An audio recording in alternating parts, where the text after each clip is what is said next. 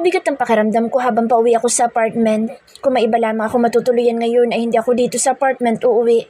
Nagdadasal na lang ako na sana ay walang mangyaring masama sa akin ngayong gabi. Agad kong pinuntahan yung landlady ko para sabihin na gusto kong magpalagay ng panibagong lock sa loob ng apartment ko para iwas sa magnanakaw. Kunwari na lang ay nakakarinig ako ng mga balitang kalat ang magnanakaw ngayon. Sige, sabihin kong asawa ko mamaya na magpapakabit ka. Ngumiti ako sa kanya at nagpasalamat. Nagtungo na ako sa apartment ko. Hindi rin naman nagtagal ay kumatok na yung asawa ng landlady ko at inayos na yung lock na gusto kong ipakabit. Nang gabing iyon ay wala namang masamang nangyari sa akin. Ganun pa man ay hindi maayos na naging tulog ko kakaisip na maaaring mangyari. Sa buong linggo na iyon ay wala namang Oliver na gumambala sa akin. Laking pasasalamat naman ni na Venice na walang nangyaring masama sa akin. Biyernes na muli ngayon at wala na ako masyadong ginagawa. Kung may uuwian lang sana ako sa probinsya, iuwi talaga ako ng Laguna. Kaya lang wala. Wala na ang pamilya ko roon. Bye! Paalam namin sa isa't isa nang kailangan na namin maghiwa-hiwalay ng landas. Naisipan ko mag-grocery muna sa isang malapit na supermarket sa aking apartment dahil naalala ko na wala na ako mga imbak na pagkain. Kailangan ko na rin bumili ng mga shampoo at iba pang kailangan ko. Nakauwi ako ay madilim na. Buti na lang at nakakain na rin ako.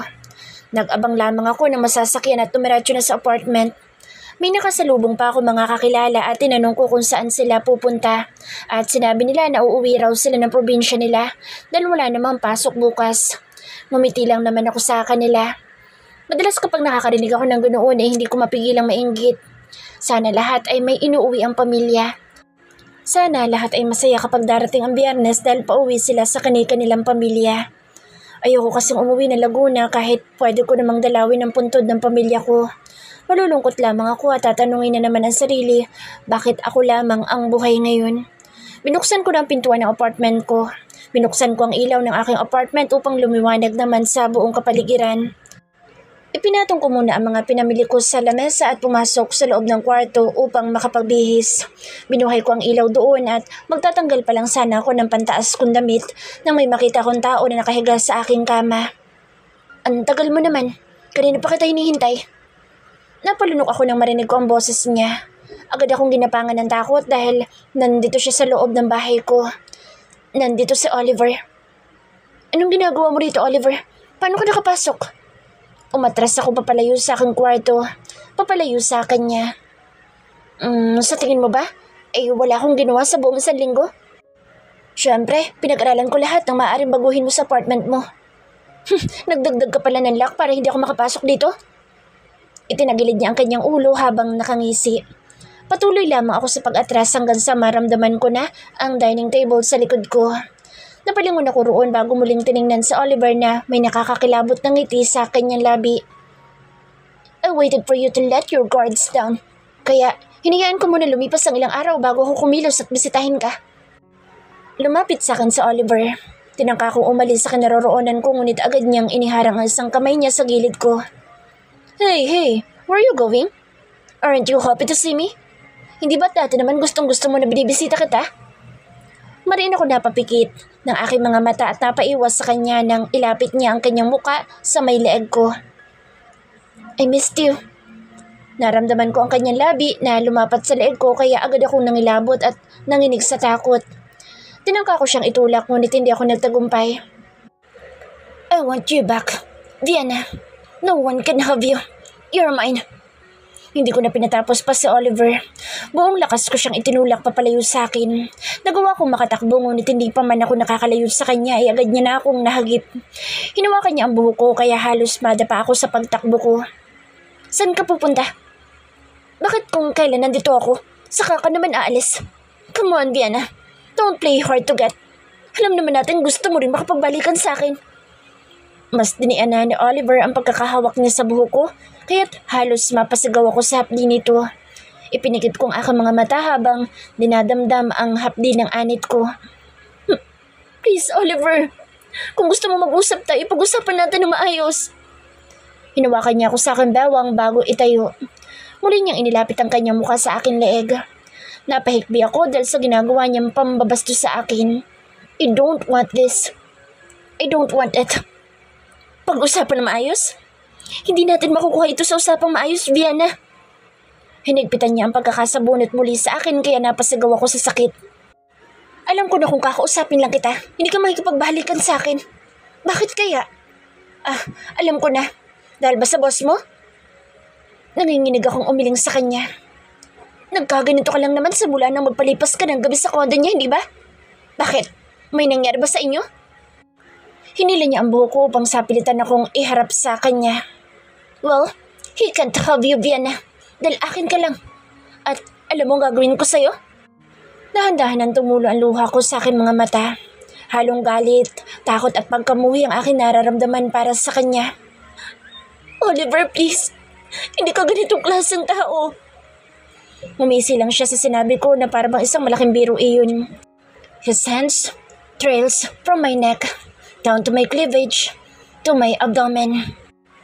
I will impregnate you, slut. Matapos niyang sabihin iyon ay hinila niya ako papunta sa aking kwarto. Nanlaban naman ako sa kanya at agad na tumakbo nang makawala. Ngunit kagaya kanina ay naabutan niya ako. Sinuntok ako ni Oliver sa akin tiyan na agad na nagpahina sa akin. Napaluhod ako habang nakahawak sa akin tiyan at nararamdaman ang pagsakit nito. Hinuwakan niya ako muli sa aking buhok at hinila niya ako papasok sa aking kwarto.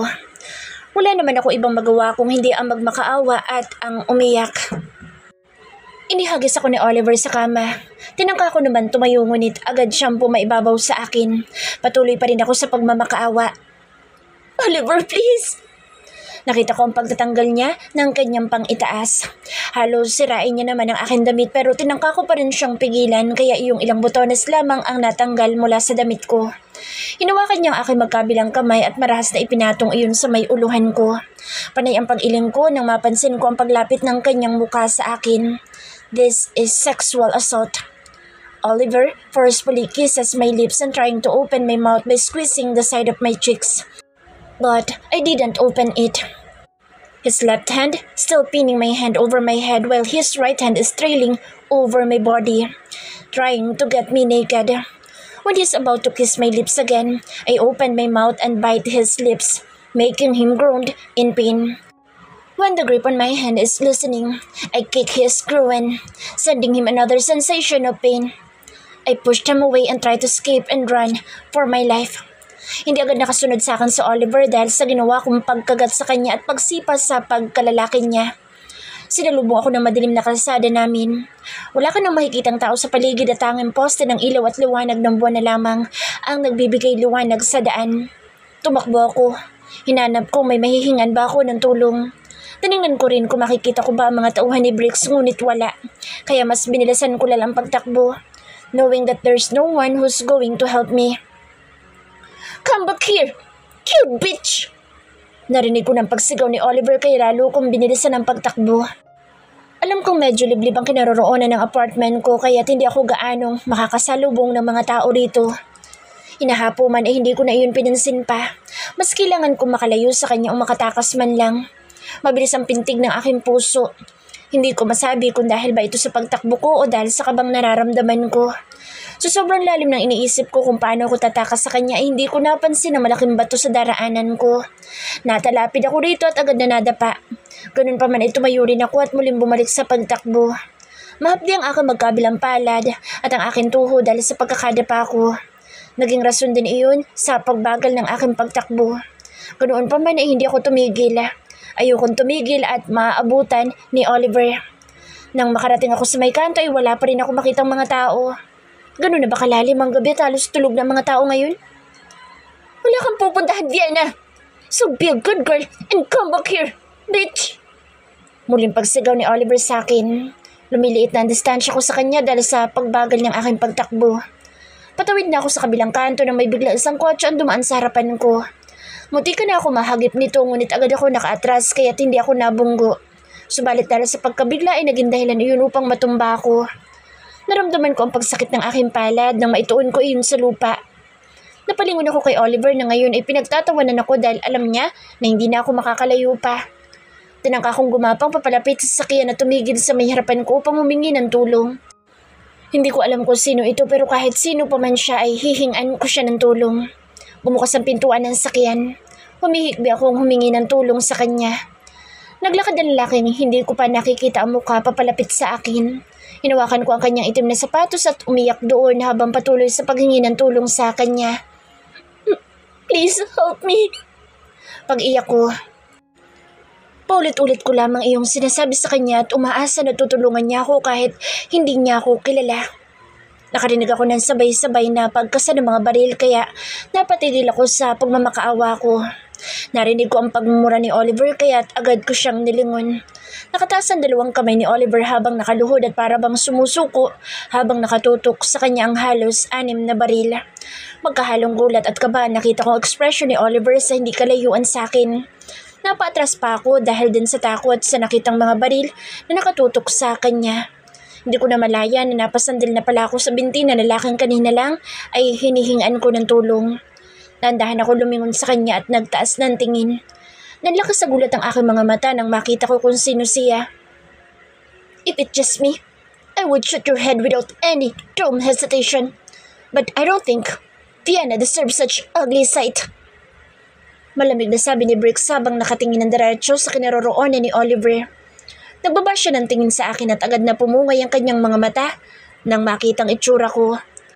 Inalalayan niya akong tumayo at pinagmastang mabuti ang aking kondisyon. Iginala ko naman ang aking mga mata. Doon ko lamang din napagtanto na bukod sa 6 na lalaking armadong tinututukan ng baril ngayon si Oliver ay may ilan pang kasama si Briggs na naghihintay lamang ng kung anong ipag-uutos niya.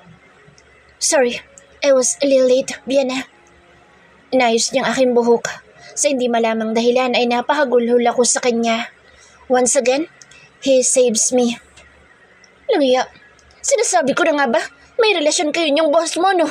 Magkano ka, bitch? Magkano mo ibinenta ang katawan mo sa kanya? Ganoon ka ba kamukhang pera para pumasok sa isang relasyon kasama ang boss mo? Kahit may boyfriend. Hindi na nagawang ipagpatuloy ni Oliver ang kanyang sinasabi nang bumunot ng baril sa Briggs at siya mismo ang bumaril dito. Nagulat ako sa nangyari at natatarantang tumingin sa kinaroroonan ni Oliver. Iniisip na siya ang binaril ni Briggs. Ngunit nakahinga ako ng maluwag nang mapansing lupa lamang malapit kay Oliver ang binaril nito. Nagulat si Oliver at maging ako sa ginawa ni Briggs. Ang mga lalaki naman ay mas umayos ng tayo at mas itinuto kay Oliver ang kanilang mga dalang baril. How dare you bad-mouthed her when you're the trashy one here? Kalmado ngunit may diing sabi ni Briggs kay Oliver. Ako naman ay pinipigilan siya dahil pakiramdam ko ay kayang-kaya niyang barilin si Oliver nang walang pag-aalilangan kung gugustuhin niya. Babarilin niyo ako? Ha? Akala niyo ba natatakot ako? Hindi niyo naman kaya. Panghamon ni Oliver. Natatawa pa ito at ibinaba yung kamay niya. Napansin ko naman ang mas pagdilim at paglamig na ekspresyon ng mukha ni Briggs. Tumayo si Oliver at tumakbang. Mas dumami ang nakatutok na baril sa kanya. Ngumisi lamang si Oliver at tinangkang lumapit sa kinaroroonan ko. Napapaatras naman ako. Naramdaman ko ang marahang paghihila sa akin ni Briggs papunta sa likod niya. Muli ikinasa ni Briggs ang hawak niyang baril. Let's go home, Vienna. I promise you, I won't hurt you anymore. Just please come back. Nagtago ako sa likod ni Briggs dahil sa ginagawang paglapit ni Oliver. Stop it, please. Bulong ko sa sarili ko habang mariing ipinipikit ang aking mga mata. Ayoko na. Alam ko kapag nagtagal pa ito ay talagang ipuputok ni Briggs ang baril niya kay Oliver. Alam ko nagalit ako kay Oliver dahil sa mga ginawa niya pero ayoko din naman na mapahamak siya. Ayoko may mangyaring hindi maganda sa kanya nang dahil sa akin.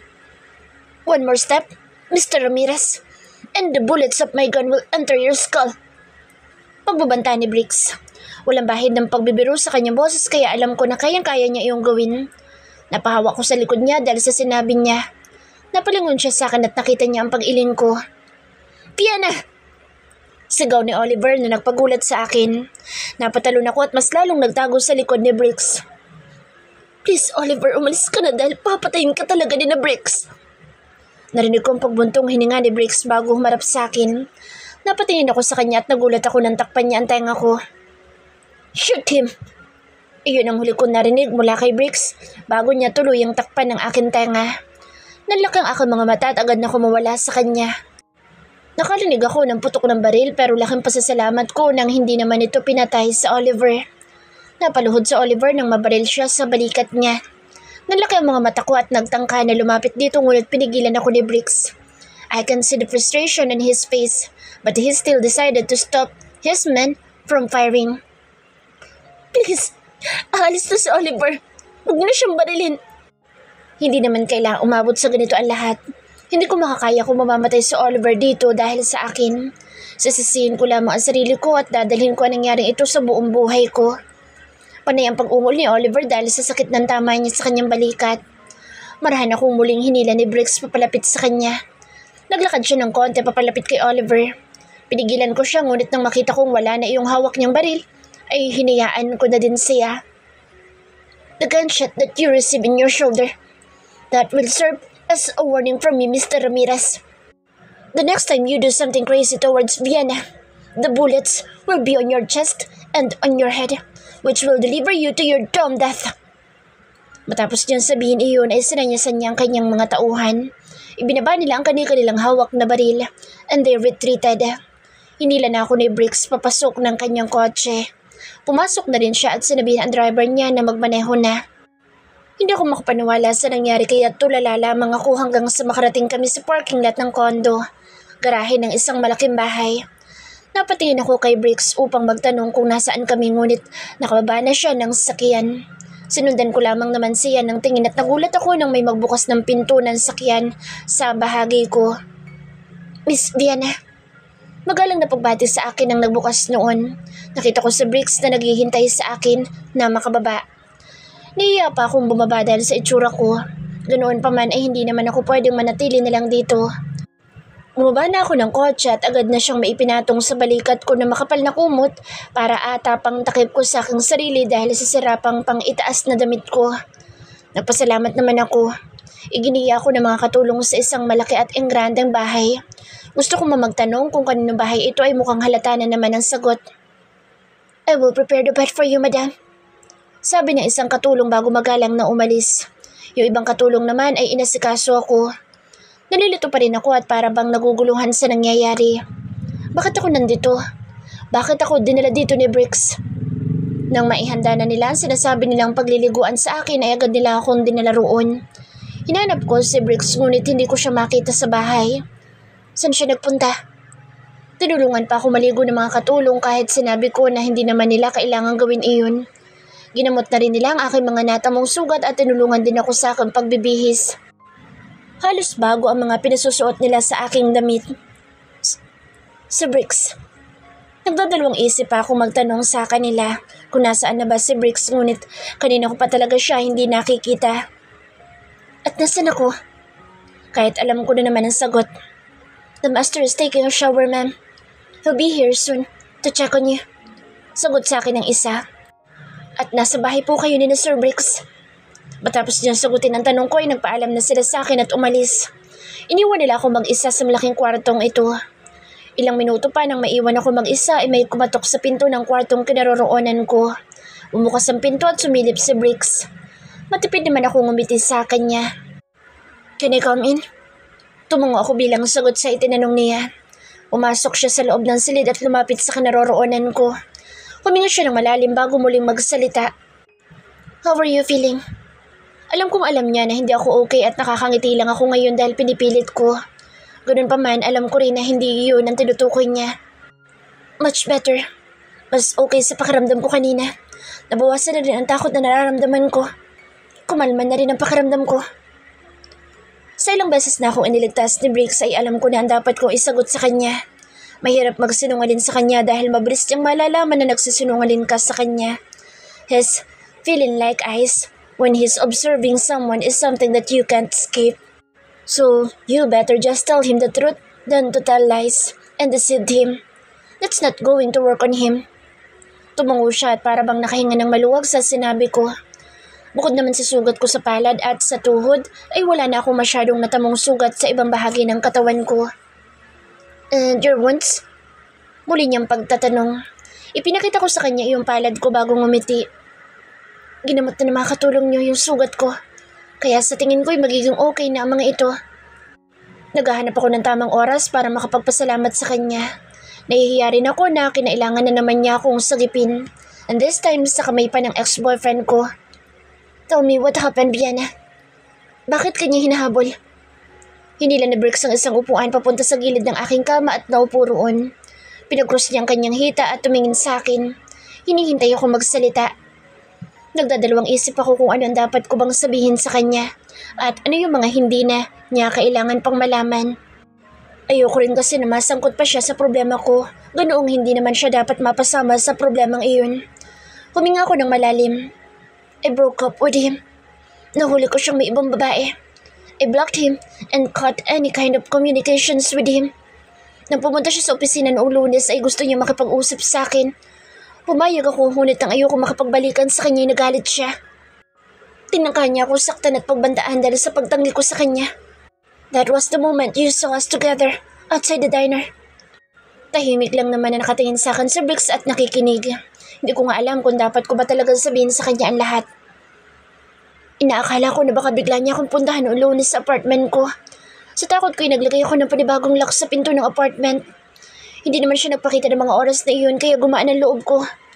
Umaasang hindi niya tatangkain na pumunta pang muli at magpakita sa akin. Hanggang sa pinag-aaralan niya lang pala kung paano siya makakapasok sa bahay ko. Bumigat ang aking paghinga. Ayokong alalahanin ang mga nangyari kanina. Hindi ako makapaniwala na magagawa iyon ni Oliver dahil ni minsan naman sa relasyon namin ay hindi niya ako napagbuhatan ng kamay o sinaktan. Madalas nga lang ay napagsasalitaan niya ako ng masasakit na salita, ngunit hindi ganito. Kahit kailan ay hindi ko iniisip na magagawa niya ang ganitong bagay. He tried to. Hindi ko magawang ipagpatuloy. Napako yung mga akang kamay at halos magusod ko ang suot kong damit dahil sa paghawak ko rito. He tried to rape me. Pasalamat na lang talaga ako at nakatakas ako. Hindi ko inaasahan na makikita kita roon. Yumuko ako at buong pusong nagpasalamat sa kanya. It's not a coincidence, Vienna. Alam ko na maaari mangyari sa iyo yun kaya pinabantayan kitang mabuti. Alam ko na may mali sa lalaking iyon nang makita ko siya noong Lunes. It was unfortunate though. It was a little late. Nag-angat ako ng tingin kay Bricks. Hindi inaasahang marinig ang mga salitang iyon mula sa kanya. Anong ibig niyo sabihin, sir? Pagkaklaro ko. Malinaw naman ang sinabi niya pero para akong naligaw roon. Ayoko lang siguro mag-assume ng mga kung ano-anong bagay. Simula noong Lunes, bukod sa mga tauhan ko nagbabantay na talaga sa iyo ay nagdagdag pa ako ng mga tauhan upang mailayo ka sa kapahamakan. Kung sakali mang may hindi gawing maganda, ang ex-boyfriend mo. Hindi ko kasi gusto nakita ko expression sa mukha mo noong magkasama kayo. You were terrified. Hindi lang ako nagsalita pero umaksyon agad ako. Panimula niya. I don't want to meddle at things that I am not directly involved. Kaya binabantayan na lang muna kita. In case he will pull something inappropriate, I will make some action. Hindi agad yun nangyari at kanina lang siya kumilos. Pinagmamasdan ko lang si Bricks. Nakikinig na mabuti sa kanyang mga sinasabi kahit na bahagya akong nagagambala sa ginagawa niya. He is tapping his fingers while talking and it's distracting me so much. I was late because my man called me when your ex-boyfriend is already chasing you. Nandito ako sa bahay kaya it took me long enough to be there. I'm sorry. Nakita ko ang pagkadismaya niya sa sarili habang sinasabi iyon. Nakatingin siya sa aking mga sugat. Umiling ako. Kung tutuusin ay nagpapasalamat na lang din talaga ako at tumating pa rin siya dahil kung hindi ko alam kung anong sitwasyon ang meron ako ngayon. Naku sir, huwag po kayong humingi ng paumanhin. Hindi niyo naman po kasalanan ang nangyari. Isa pa hindi niyo naman po ako obligasyon. Masaya na nga po ako na natulungan niyo ako. Pinilit kong tanggalin ang pagkadismay ang nararamdaman niya. Hindi ko nga maintindihan kung bakit siya nadidismaya. Nakita ko nga ang paglalahad na Bricks ng kanyang kamay. Napakurap-kurap ako habang tinitingnan iyon. Naguguluhan sa kung anong gusto niya mangyari. Can I see your hands? Hindi ko alam kung para saan pero tumango ako at pinakita sa kanya iyong kamay ko. Marahan niya iyong hinawakan at pinagmasdan ang aking sugat doon. Parang may kuryenteng dumaloy sa aking likod nang maramdaman ko ang kanyang kamay sa akin. Pinasandahan niya ng haplos yung gasgas na nakuha ko nang madapa ako kanina. Nagugulat ako sa tuwing humahaplos ang daliri niya roon pero hindi naman ako umangal pa dahil hindi naman iyon masakit. Does it hurt? Tanong niya at nagangat ng tingin sa akin. Nagtama ang aming paningin kaya muling bumigat ang aking paghinga. Nag-iwas ako dahil hindi ko kaya ang kakaibang pakiramdam na nararamdaman ko sa pakikipagtitigan sa kanya. Umiling ako bilang sagot sa itinanong niya. Kung didiin niya ay paniguradong mararamdaman ko ang sakit ng mga sugat ko. Ngunit marahan niya naman iyong hinahaplos kaya't wala akong sakit na maramdaman. You said he sexually assaulted you. He tried to rape you. Sinabi niya ang salitang iyon sa sarili na parabang ipinaparating sa sarili na tama ang pagkakarinig niya sa sinabi ko. Tumangutango pa siya nang maproseso ang mga salitang iyon. Nagtaas ng tingin sa akin si Briggs na siyang nagpastatwa sa akin. Ngayon ay kahit angkain ko umiwas ng tingin sa kanya hindi ko magawa. His eyes magnetized mine and I can't look away. Do you want me to send him to jail? Or... Nagdilim ang mga mata niya which gives shivers throughout my spine. Do you want me to send him to hell? Which is it, Vienna? Binawi ko ang aking kamay mula sa pagkakahawak niya. Pakiramdam ko sa tuwing nakikita niya ang sugat ko ay lalo lamang siyang nagagalit. Kung bakit siya nagagalit ng ganito hindi ko alam. Baka sadyang galit lang siya sa mga taong pumuparsang gawin ng mga bagay na ayaw naman ng iba. You don't have to, sir. Oliver will reflect on his actions. Sabi ko, pilit na itinatago sa likod ko ang mga kamay ko. And if it's not, tinasan ako na isang kilay ni Briggs. Kinilabutan man dito ay pinakalma ko ang sarili ko. He's different. Walang bahid ng Briggs na nakilala ko noon. Walang sarkastiko at walang mapagbirong Briggs kang makikita ngayon. This man is different. He's emotionless and I feel like he can kill someone if desires to. It gives me a shiver all over my body but enigmatic enough. I wasn't scared. He's not scary to me. Hindi ko alam. Mas nakakatakot ang ekspresyon mayroon ngayon sa Briggs kumpara sa ekspresyon ni Oliver kanina. Ngunit mas natatakot pa rin ako kay Oliver kaysa sa Briggs na nasa harapan ko ngayon. Both are scary, but Briggs doesn't have this intent to hurt me, which gives me assurance that he will not harm me. That may be the reason why I'm not afraid of him. I will be the one to send him to jail. Napayuko ako. Matapos ang ilang sandali kung pakikipagtitigan sa kanya ay nagawa ko na rin sa wakas na umiwas ng tingin sa kanya. You're too nice, Vienna. Good for you. You and that asshole are no longer together. Napatingin muli ako sa kanya. Tumayo na sa pagkakaupo niya sa Briggs at binalik sa dating posisyon yung upuan. Because a deadbeat like him doesn't deserve someone like you. Naglakad na si Briggs patungo sa pinto. Hinawakan niya ang doorknob at marahang pinihit iyon. Muli siya lumingon sa akin at matipid na ngumiti. Take some rest and have no fear. Because no one will hurt you here. That I assure you. Good night. Matapos sabihin iyon ni Briggs ay lumabas na siya. Huminga ako ng malalim at nahiga sa malambot na kama. Napahawak ako sa akin dibdib. Hindi maintindihan kung bakit panay ang pagtibok nito ng ganito. Nagising ako kinaumagahan. Maayos naman ang aking naging pakiramdam. Medyo nilalamig lang dahil sa mababang temperatura ng silid na ito. Sana pala inapatay ko ng aircon kagabi bago ako matulog. Pakiramdam ko kagabi ay may pumasok sa silid na ito ngunit hindi ko sigurado dahil natutulog na ako. O baka naman parte yun ng panaginip ko na inaakala ko lamang na nangyari talaga. Hindi ko alam. Dala siguro nangyari kagabi ay kung ano-anong iniisip ko. Umasok ako ng banyo at balak na maghilamos. Naalala ko may mga bagong labas na toothbrush, towel at kung ano-ano pang kailangan ko. Kinuha ko yung toothbrush at nilinis na rin ang aking ngipin. Pagkalabas ko ng banyo ay nagulat ako nang makita ko yung isang katulong ni na Briggs. Binati niya ako nang mapansin niya rin ako at sinabing inihahanda niya lang daw ang susuotin kong pamalit. Okay lang po. Hindi niyo kailangan mag-abala. Sabi ko at tinulungan na siyang ayusin yung damit. Hindi ako sanay na inaasikaso ako. Magmula kasi nang mawalan ako ng ina ay natuto na akong tumayo sa sariling mga paa at huwag umasa sa iba. Kaya ngayong may mga nag-aasikaso sa akin at handang tumulong ay parang nakakapanibago. Pagkatapos niyo po magbihis, ay maaari na po kayong pumunta sa dining hall. Naghihintay na po si Sir Briggs sa inyo. Nagpaalam na siya sa akin at lumabas ng kwarto. Napangawi naman ako dahil hindi talaga ako sanay. Gayon pa man ay nagbihis na rin ako. Ayoko pa namang paghintayin sa Briggs. Lumabas na ako ng kwarto at agad na hinanap kung saan yung dining area ng bahay. Maligaw-ligaw pa ako dahil sobrang laki ng bahay nilang ito.